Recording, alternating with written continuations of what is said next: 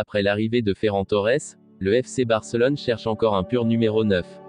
Et le club espagnol a fait d'Alvaro Morata sa priorité. À quelques jours de l'ouverture du mercato hivernal, le FC Barcelone a officialisé en début de semaine l'arrivée de Ferran Torres en provenance de Manchester City. Un renfort de taille pour le club catalan qui avait grandement besoin de 109 sur le plan offensif. Car avec ma retraite forcée de Sergio Agüero et les blessures d'Ansu Fati, Memphis Depay ou encore Martin Braithwaite, les Blaugrana ont beaucoup moins de solutions devant en ce moment. Malgré tout, le mercato catalan n'est pas fini.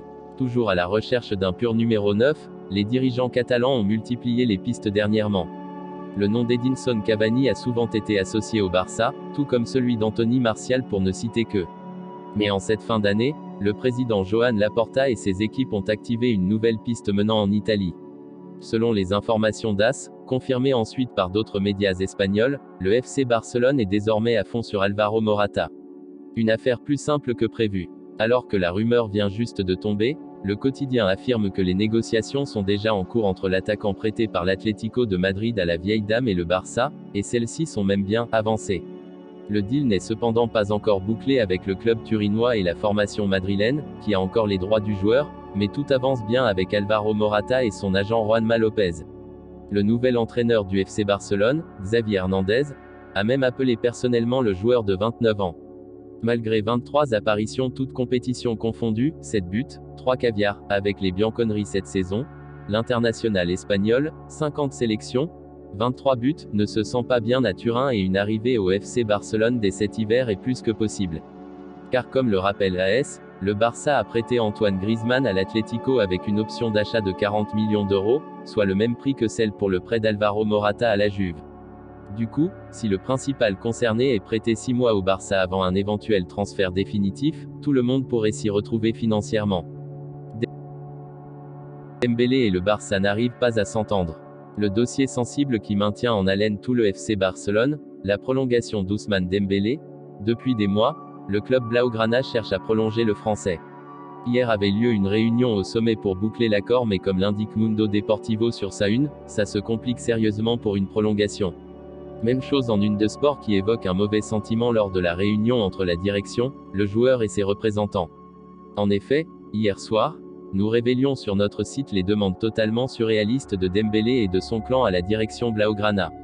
Il y aurait accord entre les deux parties seulement si le joueur obtenait 40 millions d'euros brut annuels. En Espagne, il faut environ diviser par 2 pour obtenir le net, ainsi qu'une prime à la signature de 40 millions d'euros.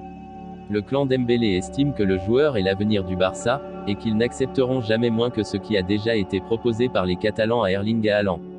Bref, ça sent mauvais et la presse locale ne s'y trompe pas et s'attend à perdre le champion du monde 2018. Aaron Ramsey coûte plus cher que CR7. Le mercato hivernal n'a pas encore ouvert ses portes, mais il est déjà bien présent, notamment en Italie où la Juventus cherche à dégraisser mais est en pleine galère avec l'un de ses indésirables. Comme l'annonce Tuttosport sur sa une, Aaron Ramsey est un véritable gouffre financier pour la vieille dame, il coûte plus cher que Cristiano, se désole le quotidien turinois. Ramsey bloque le mercato de la Juve, il a joué seulement 840 minutes sous le maillot bianconero cette année. Il gagne 8 928 € par minute. CR7 et son contrat max encaissé 7 921 € par minute. Sauf que le Portugais enchaînait les matchs et surtout les buts. Le mercato de la Juve, on en parle aussi sur la une du Corriere dello Sport qui rapporte que les Bianconeri veulent vendre 6 joueurs pour alléger leur compte, dont Rabiot, Arthur et Kulusevski. Foden met tout le monde d'accord en Première Ligue. Ça jouait hier soir à l'occasion de la 20e journée de Première Ligue. Deux candidats au titre, Chelsea et Manchester City, ont connu des fortunes diverses. En effet, City s'est imposé 1-0 face à Brentford, alors que dans le même temps les Blues ont concédé le match nul contre Brighton, 1-1. Une belle opération des Citizens grâce à un Phil Foden qui permet à City de s'envoler vers le titre, comme le rapporte le Daily Mail sur sa une. L'Anglais est de retour en grâce et le royaume de Sa Majesté ne s'y trompe pas en lui rendant un vibrant hommage ce matin.